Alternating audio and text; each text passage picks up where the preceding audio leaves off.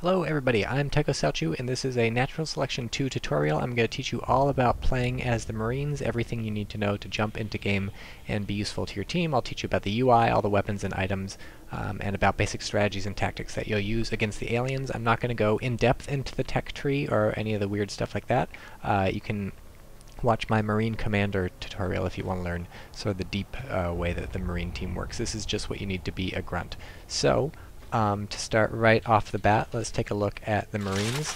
This is your basic TSF, Trans-Systems Federation Frontiersman. This is who you spawn as. You start with a rifle and a pistol and an axe, and you run around killing people. Let's take a look at the UI right off the bat so that you know what you're looking at. In the bottom left of our screen, you notice our health and armor. Those are what you spawn with, 130 total. Armor is basically worth 2 health, so we kind of have 160. Down in the middle of our screen we have our 3 weapons corresponding to the number keys. Just press the number key to switch them. In the bottom right we have our personal resources. You see I have 100 resources, and under that you see 2 dots. That means our Marine team has 2 extractors on the resource points around the map. So the more dots down there, the better. In the upper left you see our mini-map. We can hit our C key to bring up the large map. The mini-map shows friendly people as blue triangles, friendly buildings as blue squares, and then enemies are red dots. And you can always look right above the minimap. You can see it says in sub-axis with a little lightning bolt. That means we are in sub-axis, and sub-axis is powered. We'll talk about power later, but for example, if I move over here to computer lab, it says in computer lab, and the little signal is flashing, which means it's not powered. And once again, like I said, we'll come to power later. Over on the right-hand side, basically where, well, here's this waypoint. You can see it in the distance. This means the commander has given me an order, and these little blue triangles on the ground lighting up are showing me the way to my waypoint. So if I just follow these, I will perhaps get where I'm supposed to go, or maybe I'll get eaten by an alien. You know, it's all an adventure. So about where the waypoint thing is on my screen, only farther to the right, is where your upgrades will show up. Your commander can research weapon and armor upgrades for you. You'll know he's given you armor upgrades if you look in your armor on the bottom left when you spawn and it's higher than 30, and you'll know you have weapon upgrades because your assault rifle will make a different sound when you fire it. But aside from that, you'll see the icons on the right side of your screen. So let's talk about Marine movement now that we know what the UI is. Pretty simple, WASD forward. You can crouch. Crouching is not very helpful. It does not make your guns more accurate or anything like that. It's pretty much only useful for being a slightly smaller target to the aliens. You can jump around. That's not super helpful because if you jump a bunch, your speed is going to go down, so you notice I am basically moving at a crawl. Jumping can be helpful in combat. If skulks are trying to eat you, sometimes you can jump and that will throw them off, but you don't want to go bunny hopping around the map. That's not going to happen. You can hold down shift to sprint. You don't have unlimited sprint, but it will recharge after it runs out for a while. You cannot fire while you're sprinting, but if you hold down fire, you'll just stop sprinting. So there's pretty much no downside to sprinting. You can sprint everywhere, left and right. It just won't last forever. You have F, turns on your flashlight. This is very helpful for seeing around, especially in darker rooms. Try not to shine it where your teammates are trying to look, because if they haven't turned off the atmospherics setting in their graphics, I believe, it'll sort of make everything look foggy. So try to only use it in dark rooms, and even then not to sort of get it in front of allies' faces. So let's learn about building. You are a Marine, and it is your job to do all sorts of stuff, whatever the commander tells you to, but ignore this for a moment. I'm hopping into the command chair, which you should not do until you watch my commander tutorial, because you don't want a commander who doesn't know anything. But often your commander will tell you build some stuff. So you're like, okay, you see one of these unbuilt structures, you walk over to it, just hold down your E key, and you keep holding it, and you keep holding it, and keep holding it, Objective completed. and then it's built. So that's good. You should build buildings whenever your commander asks you to do that stuff. So now let's go through and talk about what all the buildings do. I'm not going to tell you all the buildings. I'm only going to tell you the ones you're going to need to use as a Marine on the ground. Like I said, if you want to know the other buildings, you can watch my commander tutorial. So beginning with the Infantry Portal. This is where you spawn when you get killed or when you first join the game, so that's pretty self-explanatory. Over here, well, actually, let's go over here. The Armory is one of the first things you're going to build. This will heal you when you're standing by it. It has a limited amount of energy that recharges, so if like 8 people are trying to get healed, it's only going to heal some of them, and then it'll sit dormant for a while, then it'll give them some more healing. You hold down Use on the Armory, and you can buy various things if your commander has researched them. These come out of your personal resources, and they have the costs listed right here. We'll go over all these gear later. And the Armory, especially the most important thing, maybe one of the most important things, it'll refill your ammo when you're standing by it. So if we fire some shots, and then reload, and then stand by the Armory, boom, it brings our ammo back. And notice the ammo counter is always on your gun. This ammo counter is on the back of the assault rifle, this ammo counter is on the back of the pistol, etc., etc. So that's what the Armory does, very important. You don't really need to interact with the observatory, but every once in a while your commander is going to use it to do a distress beacon. When you hear a blah, blah, blah sound, that means your commander is beaconing. He's probably going to tell you he's beaconing. Sometimes people call it baconing. And when, after about 5 seconds, everybody is going to end up back at base. It recalls everybody back to base, except for Exosuit Marines. They get stuck wherever they are out in the map. So, but normal Marines, like this guy over here, will end up back at base, plus it will spawn dead Marines. For every Infantry Portal you have, Distress Beacon will spawn a dead guy back at base. So that can be helpful if your base is under attack. Often your commander is going to go, oh crap, and he'll beacon, and then you'll be like, what's going on? And you'll end up back at base. So if you hear sirens and then you end up back at base, that is what is happening to you. You buy all your weapons and stuff at the Armory, but you buy more advanced equipment at the prototype lab. Specifically, you buy jetpacks and the 2 types of exosuits. So when we talk about these, the prototype lab is where you will be getting them. And then finally, there's the phase gate. The phase gate will link you to other phase gates. Simply step through, and boom, you get out to the other side. The first few times, I guess if you just stand on it, you keep phasing. I've never tried that. The first few times you'll probably throw up, but after that you should be fine. And now the most important thing, all of these buildings are useless without power. What is power? Well, this is a power node. Each room has a power node, and remember you can look in the upper left for that flashing lightning symbol. If it's flashing, the room doesn't have power. If it's steady, then the room does have power. If you want any of these buildings to work, the power node has to be up. If the aliens bite the power node down, all the lights will go out. It'll be pitch black for a while, then the emergency lighting will kick in. It'll be red, but no matter what, none of your buildings will work. So you'll need to come up to it and repair it. You simply repair it by holding down the E button, and that's what it takes to build a power node. Actually, let's go back through the phase gate. So now we know what the basic buildings do, and we know about power. So let's learn about all the weapons and items that are available to you as a Marine. So you spawn with your switch axe. This is not very good for fighting Marines, or sorry, for fighting aliens. It's horrible for fighting Marines because there's no friendly fire. But it's bad for fighting aliens too. It's passable at fighting alien buildings. It does double damage to alien buildings. So if you want to save ammo, for example, if you see an alien building and you're like, but what if an alien shows up? You can grab your axe, go to town on the building, then when an alien shows up, you're like, psych, I got a gun. Speaking of guns, this is a pistol. Everyone spawns with a pistol. It's very accurate and fires fairly fast and does a fair amount of damage, so it's not a useless gun.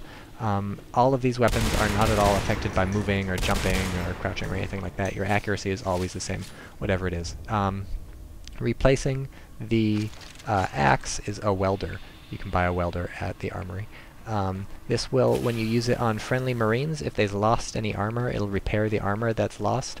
If you use it on friendly structures, it'll repair friendly structures. It's very helpful for repairing power nodes. It's much faster to repair a power node than a welder than to walk up and hit E, because normally hitting E doesn't repair except for power nodes, and it takes forever on power nodes. And a welder can actually build buildings too. Instead of walking up and hitting E on the building, you can use a welder to build it. And it'll actually make the building look like it's finished before it actually is, so don't walk away. Wait until the building is 100% complete when you finish building it. Here is the rifle that you spawn with. Pretty self-explanatory, fairly accurate out to a good distance, and holds 50 shots along with 4 refills if you fill up at the Armory. Next is the shotgun. The shotgun is what it sounds like. You can see the ammo display on the right. Holds 8 shells plus 32 in reserve. Not super accurate, but pretty damaging, especially if you're a good shot. In addition to the shotgun, we have the grenade launcher. The grenade launcher, that's not the grenade launcher. We have the grenade, we have the grenade, we have the screw you. We have the grenade launcher. This is mostly an anti-building tool. It will fire grenades. The grenades will not explode on contact unless they hit an alien, or an alien building. If they hit you, they will cause friendly fire damage to yourself, but they will never damage allies. Remember, there is no friendly fire against allies. And finally, we have the Flamethrower. Go away. Go away. Go away. We're picking up the Flamethrower. There we go, the Flamethrower. It's okay versus aliens. It'll set them on fire. It's especially good versus alien structures. In sustained bursts, it'll set them on fire too. Various things do various things when they're set on fire. So for example, the Whip, the alien building that you can learn about, I don't know, I'm sure I have a video explaining it somewhere. If you fire grenades at it, it'll just bat them back at you. You'll be like, foomp, foomp, and it'll be like, oh no, a grenade, and it'll go bonk, and you'll go, oh no, I gotta duck. So if you set a Whip on fire, it will not bat grenades back at you or your allies, so that's helpful. If you set an alien on fire, it'll reduce their energy regeneration rate. So like if a Fade is attacking you, and you set the Fade on fire, it'll be harder for the Fade to blink away, so that's helpful for the Flamethrower. Mostly it's an anti-building tool, along with the grenade launcher. And finally, we have mines. Mines are what they sound like. You lay them down, and when an alien walks over them, they explode. They do a fair amount of damage to aliens. They will also, if you are in the explosion radius when they blow up, you will get hurt, but your allies will not. So once you've laid down some mines, stay away from them. If the alien dynamic infestation reaches one of your mines, then your mine will explode harmlessly on the infestation. So those are all the weapons available to you. Let's learn about the equipment. So here's a jetpack. You can buy a jetpack at the prototype lab, and when you pick up the jetpack, you will be able to fly just by holding down your spacebar, your jump button. And this is helpful for getting around the map very quickly. This is helpful for avoiding enemy aliens, because the melee aliens are going to have trouble hitting you. But if you look in the left corner, you can see your jetpack fuel. That will deplete as you hold down spacebar, and it'll recharge over time. And then finally, we have the Exosuit. Once you get in the Exosuit, you cannot get out of the Exosuit. It's a big stomping robot thing. Up at the top, you can see your health. It's slightly obscured by that thing that says Explore Mode, but I have 400 health. Your health is actually armor. You don't have any health, so all your health can be welded up by friends. You have a fist if you purchase the single minigun Exosuit, and you have 2 miniguns if you purchase the double minigun Exosuit. You have infinite ammo for your minigun, but as you fire, it'll overheat, and you have to let it cool down. If it heats up 100%, it will stop firing. It'll also highlight enemy aliens within your field of view with this little circle and crosshairs around them. That doesn't do anything, but it makes them easier to see. And like I said, if you're in an Exosuit, you're not going to get beaconed back to base if your commander does a distress beacon, so watch out for that. So that's all the equipment available. Actually, no, there's one more. Spawn medpack. These are med packs. The commander drops them from the sky and they appear on the ground. If you're a normal marine, you can run over them and pick them up, and those will restore part of your health. So sometimes the commander will drop those, and he can also drop ammo. I'd show you what that looks like, but I can't right now. Same thing, just switch to the gun you want ammo for, walk over the ammo pack, and it'll just automatically add ammo. So that's a way the commander can support you while you are in the field.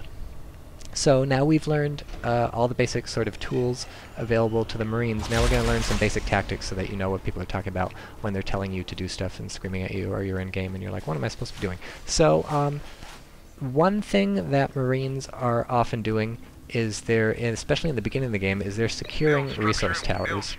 So what you're going to do is you're going to go to, for example, ventilation, which is right next to sub-access on the map, and ventilation has a resource nozzle, and your commander will drop an extractor. You'll build the extractor. This one has already been built for us. And you'll also build the power node.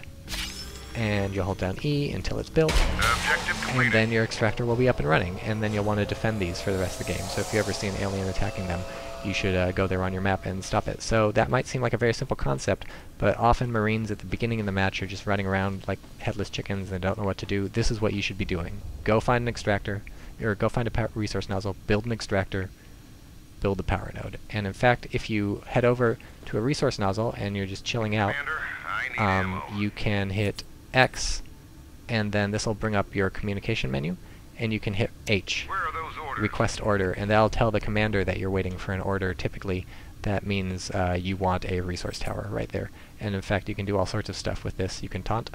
Oh man, just lost my appetite. You can ping the map and be like, hey everybody, I just pinged something on the map, and they'll be like, shut up. You can say we got hostiles, all sorts of stuff.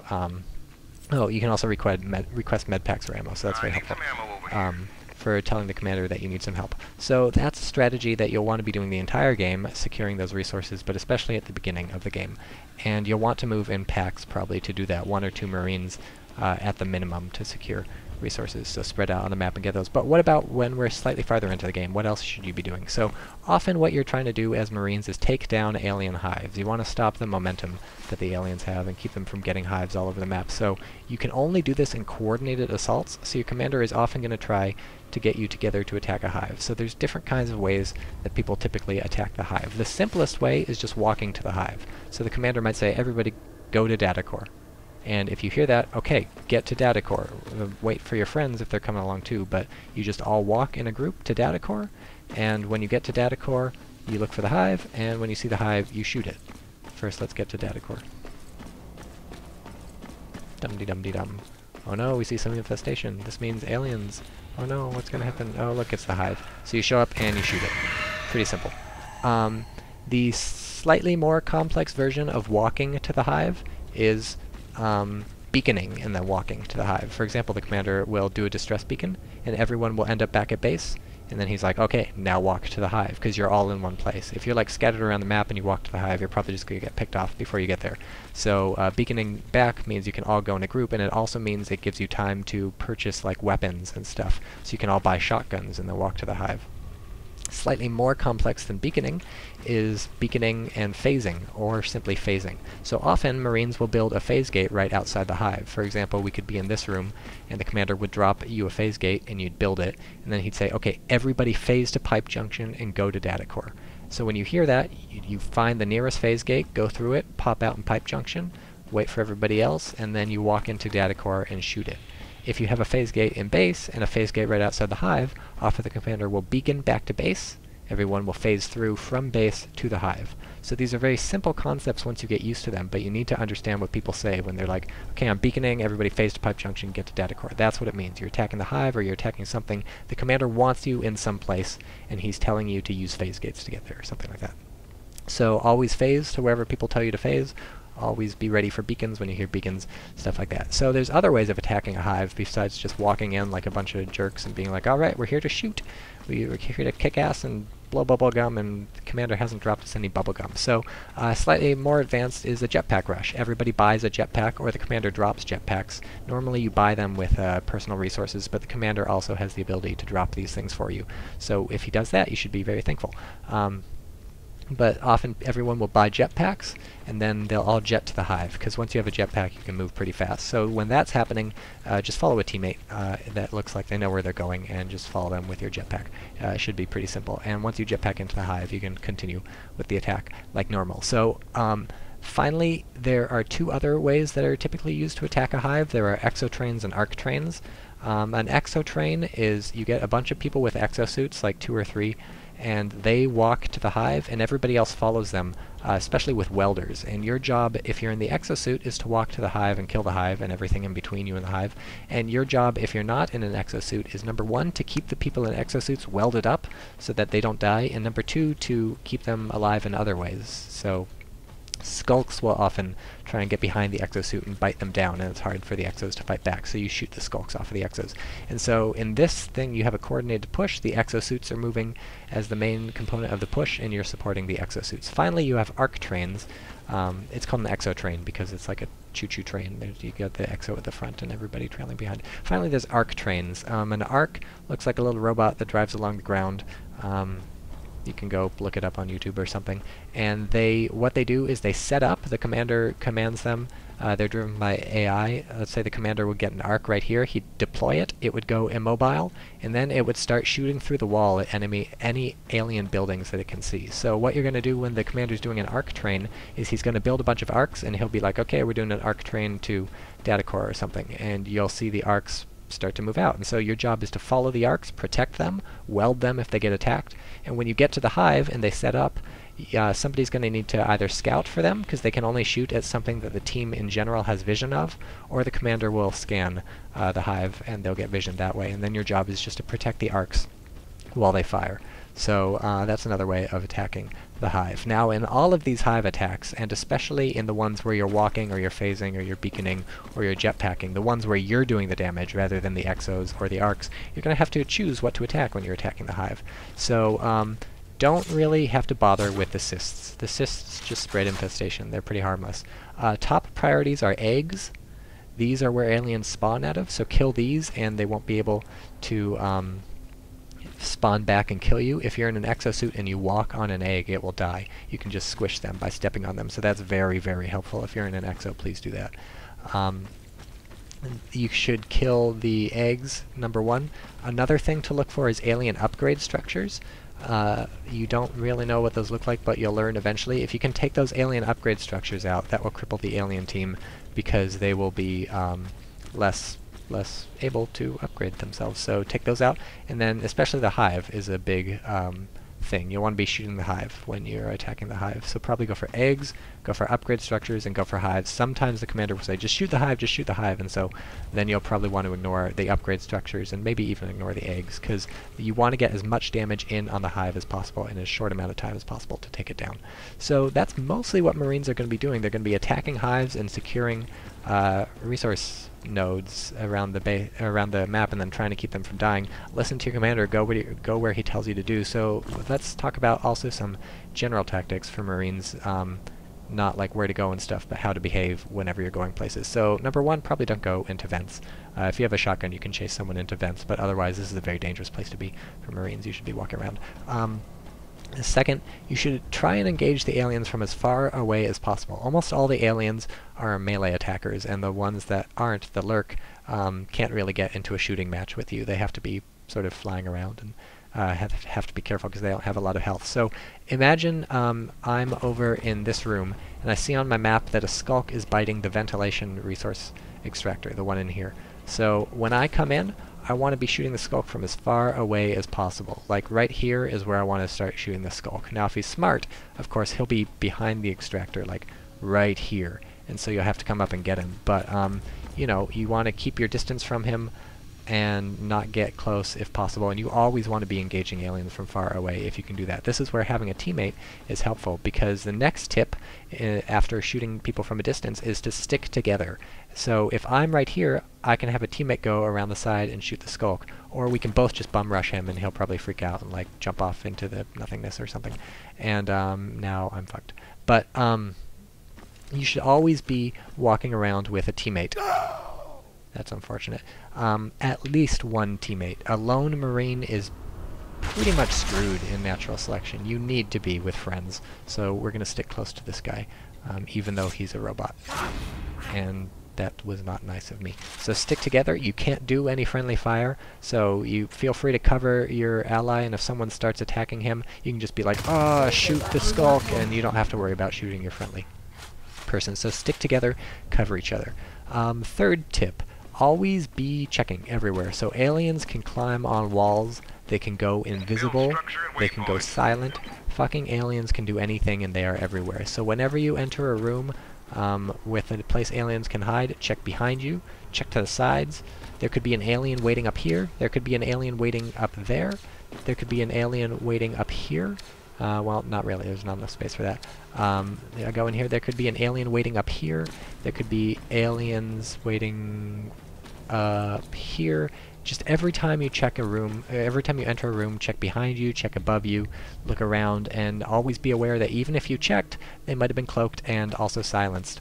Well, they might have been cloaked and then walking when they drop down, so then you might turn around, they're still there. So always be looking everywhere, always be paranoid. So I've described strategies for what to do when attacking a hive, what to look out for when the commander tells you to attack a hive. Sometimes you'll be beaconed back to base. I've told you to shoot aliens from a distance, stick with friends, always be paranoid, explained all the UIs and the waypoints and stuff. So hopefully that is more than enough to get you into a game of natural selection, join the Marines, and feel like you are contributing to the team. If you want to learn more about the Marine tech tree and stuff like that, you can watch the Marine Commander tutorial. If you want to learn about what all the various alien classes do so that you know what your opponents are up to. You can watch my alien overview video and the alien specific alien lifeform videos, and aside from that, I hope I will see you in a game of natural selection one day and that we can build a power node together.